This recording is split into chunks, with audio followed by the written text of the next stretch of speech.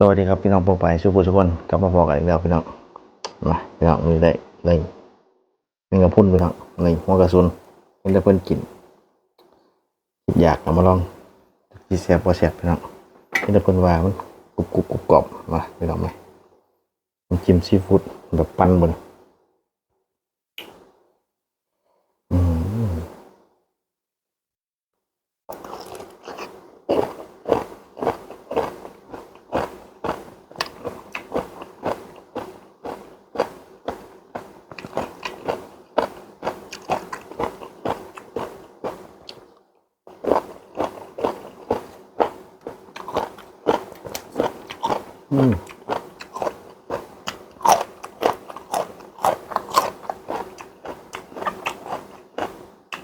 กรอบดีพี่น้อง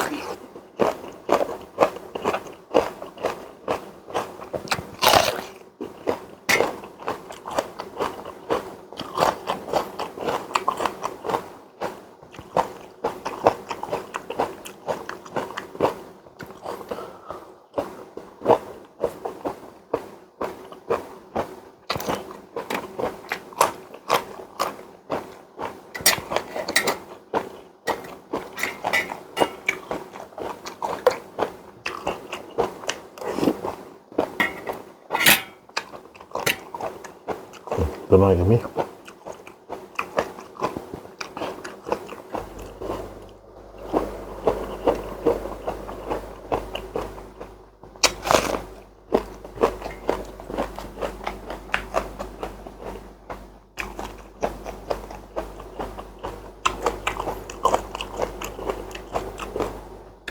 เดียวนะพี่น้องจืดเลยมันคือแบบมันจะคุ้มกับแสนมันจะจืด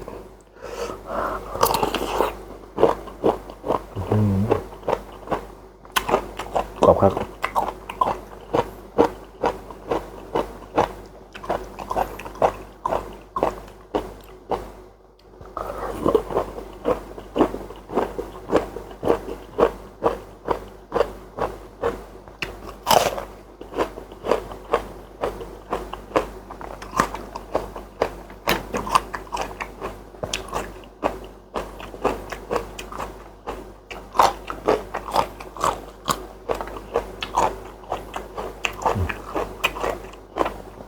ส่วนน้อยพี่น้อง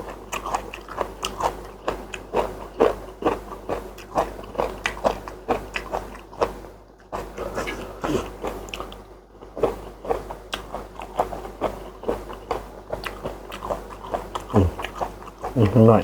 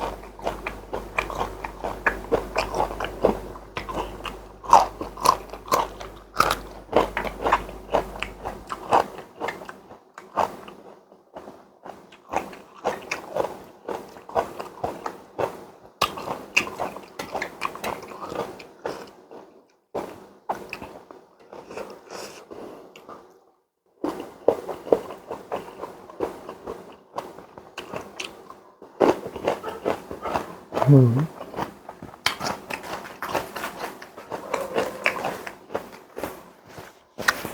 ้อยู่พี่น้องจะบ่ได้ว้าวมาก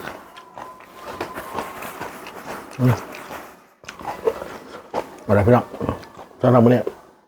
อากาศสวัสดีครับผมทุกคนมาคลิปนี้ก็ฝากกด Subscribe กดไลค์กดแชร์ครับผม